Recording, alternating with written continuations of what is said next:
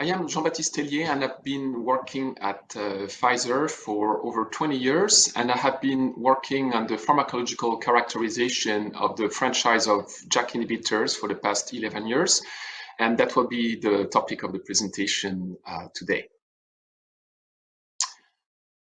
So, as mentioned, I will tell you about the development of a franchise of JAK inhibitors for inflammatory disease. So I would like to give you an overview of the development of the franchise of JAK inhibitors at Pfizer over the past 25 years. Pfizer was a pioneer in JAK inhibitor discovery and development, starting when JAK biology was starting to be elucidated around 25 years ago. It was around 1993. And that was before any other pharma or biotech joined this area of research.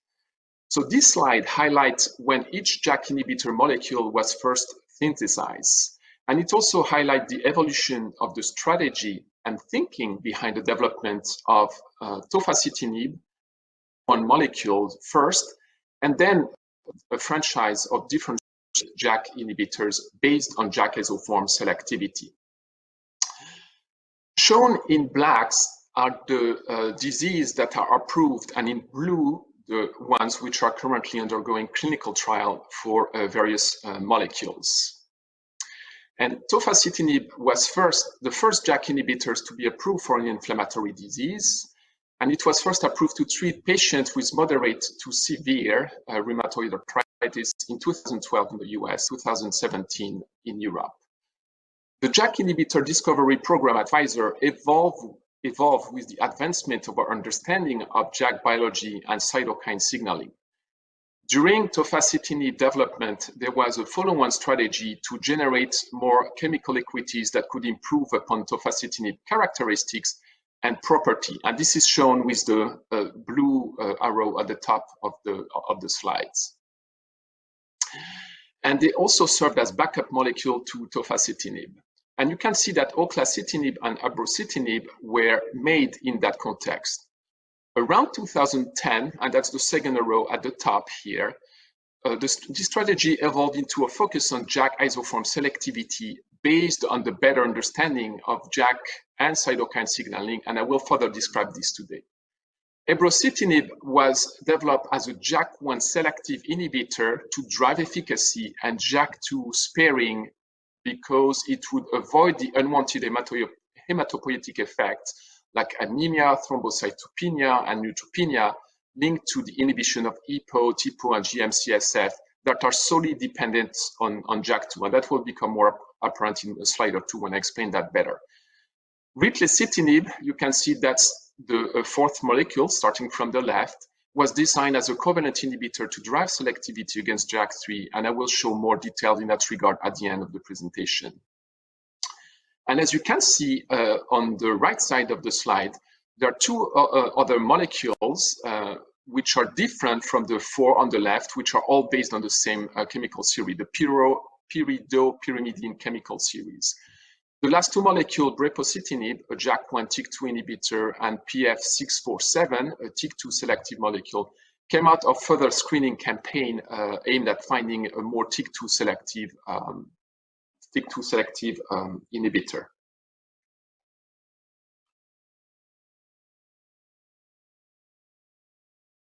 And on the next slide, this is a slide to briefly illustrate JAK stat signaling at the level of the cytokine receptors on cells. It starts with the binding of the cytokine to the receptors that will bring the receptors and JAK together. That will induce an autophosphorylation of the JAK molecules that in turn will phosphorylate tyrosine sites in the intracellular domain of the receptors, which will serve as recruitment for SH2 domain of various proteins, the most important one being the STAT protein. And that will be followed by phosphorylation of the STAT protein that can then dimerize in their phosphorylated form. They migrate to the nucleus where they will regulate gene expression. And when you treat with a JAK inhibitor, it blocks that whole cascade of phosphorylation and activation at the level of the JAK proteins. This slide is a simple way to represent how 4 JAK isoform regulate signaling from about 57 known cytokine binding to type 1 and type 2 receptors. And as you can see on the left side of the slide, this receptor transduce signal via specific pair of JAK enzyme, for which there are 5 known combinations, and they are shown here. You can see JAK1 can combine with either of the other 3 isoform, JAK3, JAK2, TYK2. JAK2 can also combine with TYK2, and only JAK2 can form pairs with the same molecule, 2 molecules of JAK2. And as you can see, this is important for the in the table for the growth and hematopoietic factors. Also, what's important to see on that slide is that the JAK1 is the most broadly used JAK isoform and is required for the gamma common chain signaling, as well as for the type 1 and type 2 interferon and the IL-6 family and the IL-10 family. And all of them have been involved in inflammatory and autoimmune processes. On the next slide,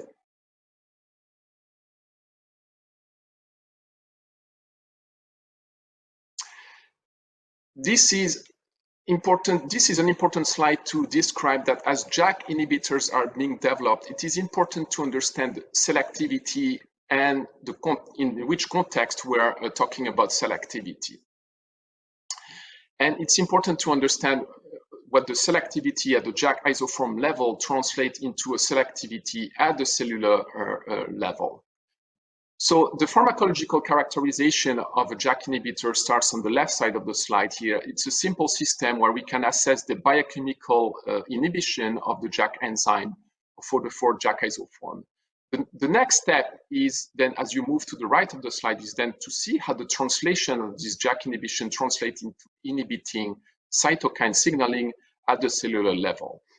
And what we do here is, as you can see, is a cellular IC50 in human whole blood. And this is important because those are the cells which are the targets, the relevant target in human disease.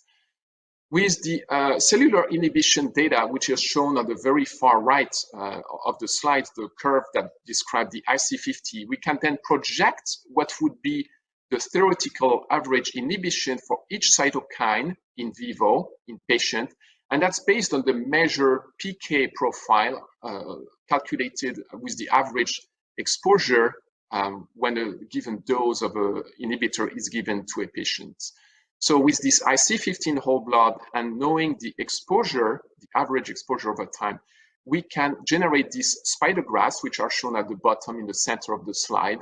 Those spider graphs that depict the theoretical projected level of inhibition of each cytokine, and that's before performing the ultimate experiment by testing the molecules in clinical trials.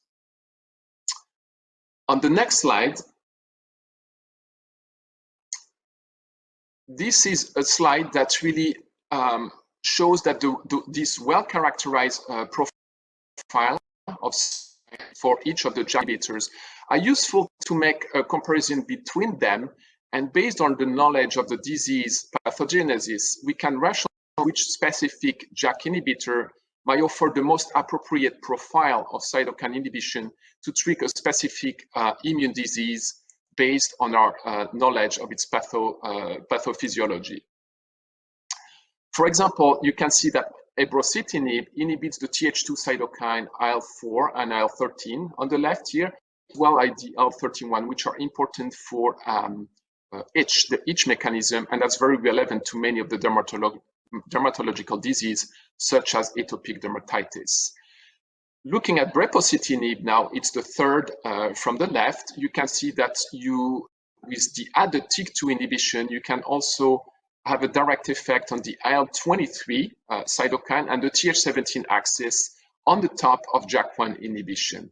And that could be advantageous in setting where the Th17 response is to be a key in the pathogenesis, in the pathophysiology of the disease. You can also see with the second molecules from the left, that's the JAK3 TEC inhibitor. It offers a very different profile of inhibition from abrocitinib and brepocitinib, only inhibiting the gamma common cytokine, but with the added CD8 cytolytic activity that's driven by the inhibition of the TEC kinases, as I will explain a little bit more in the subsequent slides. On the next slide, and for the last two slides, I will focus a little bit on the strategy to develop a JAK3 selective inhibitors. So from over 10 years ago, we already knew it was very challenging to be able to achieve selectivity against JAK3 with reversible inhibitors. But we also knew that we could potentially achieve this JAK3 selectivity by using a covalent inhibitors. And this is shown on the molecule ritlecitinib on the left. Here you can see the red circle highlight the acrylamide group, which allows to react covalently and bind irreversibly to JAK3. And that's specific to JAK3 because JAK3 has a cysteine in the kinase domain, which is replaced by a serine in the other three JAK isoform. So that allows for this compound to covalently bound specifically to JAK3 and spare the other JAK isoform. And that's shown with the IC50 in the table, where you can see a 33 nanomolar IC50 for JAK3 and greater than 10 micromolar for the other isoform. And you have a crystal structure that highlights the binding of ritlecitinib to the JAK3 pockets. And on the right side of the slides, you can see how that translates into inhibiting cytokine signaling at the cellular level. And what that table highlights is that you inhibit the 6 gamma command chain, which utilize JAK3 in combination with JAK1 to signal, and you have the IC50s, which are shown in the blue circle. And as expected, based on the selectivity, it does not inhibit any of the other cytokines which do not require JAK3 for their signaling mechanism.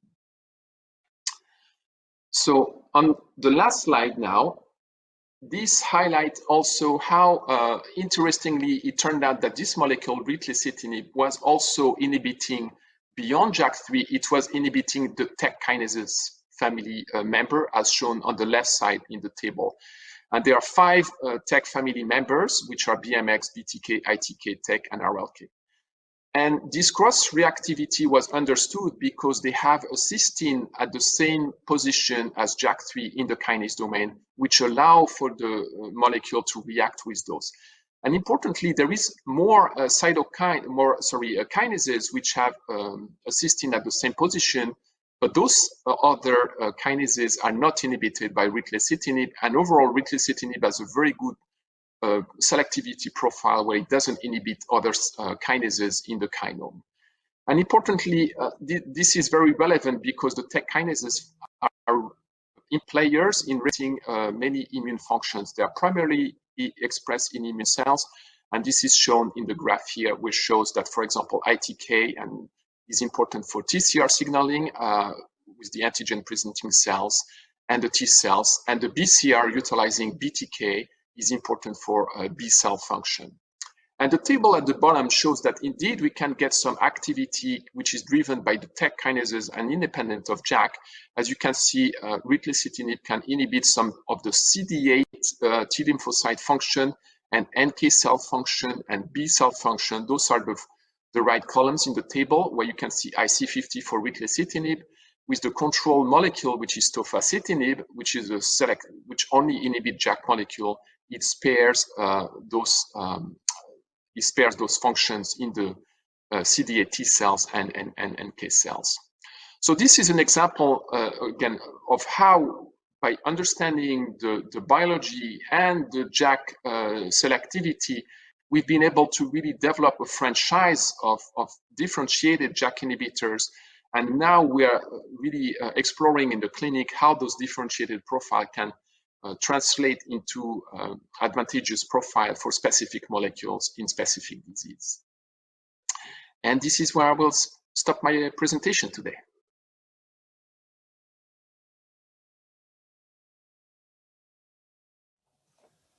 Thank you very much, Jean-Baptiste TELLIEZ, for this passionate and exciting presentation about JAK inhibitors.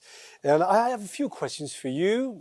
It's being recorded, so I'm just the spokesman for those who are connected in the web right now. The first question would be about the JAK inhibitors. Mechanistically, how do you see the selectivity profile of a JAK inhibitor differentiating from another in a specific disease? Thank you, Fabrice. This is a very good question. And I would start by saying that there is about 57 cytokines that signal via receptors utilizing specific pairs of JAK out of the 4 JAK isoform. And each JAK isoform selective inhibitor will inhibit a unique set of cytokines that overlap with the other JAK inhibitors, but will also differ from them. And the emerging clinical data with JAK inhibitors in multiple inflammatory disease support that JAK1 inhibition has horsepower in many diseases, as JAK1 is required for the widest array of cytokine regulating immune response, many of which have been shown to contribute to inflammation. For example, JAK1 inhibition seems to have horsepower in inflammatory arthropathies. But then in case where the IL-3 Th17 axis is known to be a strong mechanism involved in the pathology, such as psoriatic diseases and spondyloarthropathies, the added inhibition of TYK2 to JAK1 could add horsepower to increase the effectiveness of the drug, particularly in psoriatic plaques and other dermatological manifestations. Of course, the effectiveness of any JAK inhibitor entity must be balanced with the appropriate safety profile that is appropriate in each specific inflammatory disease. Another important characteristic of any JAK inhibitor, or any drug for that matter, is to try to understand how a well-characterized and well-defined pharmacological mechanism with extensive data sets in vitro translate into a therapeutic effectiveness in patients in the context of dose and target coverage. And this is quite different from in vitro data where the conditions are at steady state condition.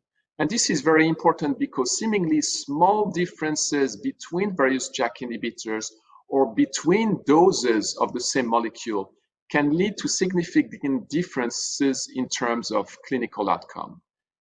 At the end of the day, I think there are diseases where specific JAK inhibitor would appear to have the best inhibitory profile matching the cytokines known to be involved in the disease, as I just mentioned earlier.